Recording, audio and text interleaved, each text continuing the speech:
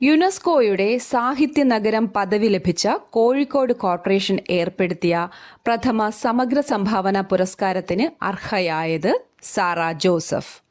Sara ജോസഫാണ് യുനെസ്കോയുടെ സാഹിത്യ നഗരം പദവി ലഭിച്ച കോഴിക്കോട് കോർപ്പറേഷൻ ഏർപ്പെടുത്തിയ പ്രഥമ സമഗ്ര സംഭാവന പുരസ്കാരത്തിന് അർഹയായത്. തമിഴ്നാട് സർക്കാരിന്റെ APJ അബ്ദുൽ കലാം പുരസ്കാരം ലഭിച്ച ISRO ചെയർമാനാണ് ഡോക്ടർ വി നാരായണൻ. തമിഴ്നാട് സർക്കാരിന്റെ APJ അബ്ദുൽ കലാം പുരസ്കാരം ലഭിച്ച ISRO chairman doctor V Narayanan.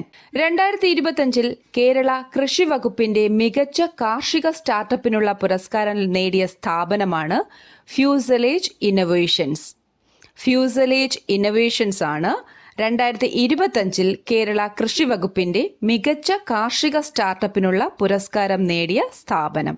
Papua ന്യൂഗിനിയുടെ ചരിത്രത്തിലെ ആദ്യത്തെ ഔദ്യോഗിക ഓസ്കാർ എൻട്രിയായ പപ്പ ബുക്ക സിനിമയിലെ നായകനായ ആദിവാസി വിഭാഗത്തിൽപ്പെട്ട വ്യക്തിയാണ് സൈൻ ബൊബോറോ.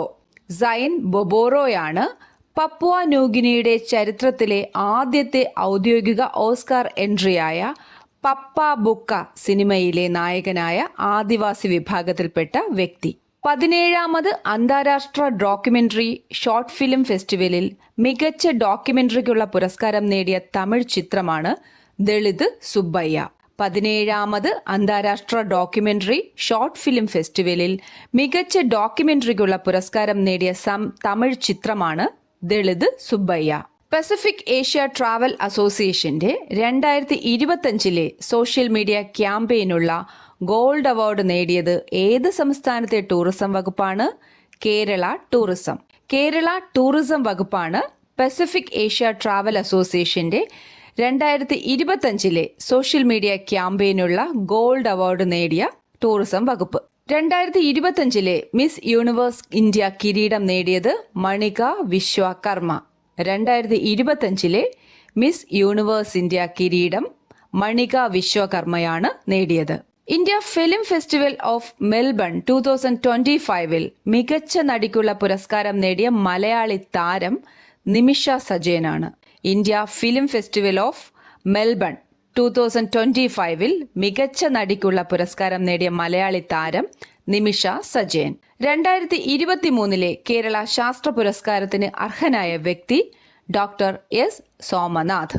2023 കേരള ശാസ്ത്ര പുരസ്കാരത്തിന് അർഹനായ വ്യക്തിയാണ് ഡോക്ടർ S സോമനാഥ്. 2024 മലയാറ്റൂർ പുരസ്കാരത്തിന് അർഹനായ E സന്തോഷ് കുമാറിന്റെ കൃതിയാണ് തപോമയിയുടെ അച്ഛൻ. തപോമയിയുടെ അച്ഛൻ രചിച്ചത് E സന്തോഷ് കുമാർ. 2024 മലയാറ്റൂർ പുരസ്കാരത്തിന് അർഹനായ E സന്തോഷ് കുമാറിന്റെ കൃതിയാണ് തപോമയിയുടെ അച്ഛൻ. 71ാമത് ദേശീയ ചലച്ചിത്ര പുരസ്കാരത്തിൽ മികച്ച ചിത്രമായി തിരഞ്ഞെടുത്തത് 12th ഫെയിൽ. 71ാമത് ദേശീയ ചലച്ചിത്ര പുരസ്കാരത്തിൽ മികച്ച ചിത്രമായി തിരഞ്ഞെടുക്കപ്പെട്ടത് 12th ഫെയിൽ. 71ാമത് ദേശീയ ചലച്ചിത്ര പുരസ്കാരത്തിൽ മികച്ച മലയാള ചിത്രമായി തിരഞ്ഞെടുക്കപ്പെട്ടത് ഉള്ളൊഴുക്ക്.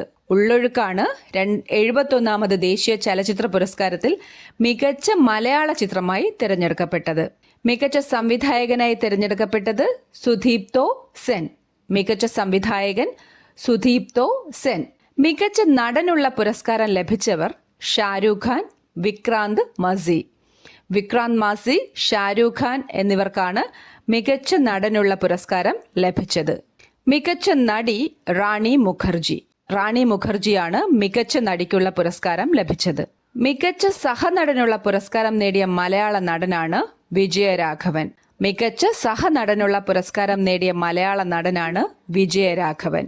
മലയാളത്തിൽ നിന്നും മികച്ച production designer, editing, re recording എന്നിവയ്ക്ക് പുരസ്കാരം നേടിയവരാണ് പ്രൊഡക്ഷൻ ഡിസൈനർ മോഹൻദാസ്, ചിത്രം 2018, എഡിറ്റിംഗ് മിഥുൻ മുരളി, ചിത്രം പൂക്കാലം, റീ റെക്കോർഡിംഗ് പ്രത്യേക ജൂറി പരാമർശമാണ് MR രാജകൃഷ്ണൻ, ചിത്രം ആനിമൽ. മലയാളത്തിൽ നിന്നും മികച്ച production designer, editing, re recording എന്നിവയ്ക്ക് പുരസ്കാരം നേടിയവരാണ് പ്രൊഡക്ഷൻ ഡിസൈനർ മോഹൻദാസ്, ചിത്രം 2018, എഡിറ്റിംഗ് മിഥുൻ മുരളി, ചിത്രം പൂക്കാലം, റീ റെക്കോർഡിംഗ് പ്രത്യേക ജൂറി പരാമർശം നേടിയത് എം ആർ രാജകൃഷ്ണൻ ചിത്രം ആനിമൽ.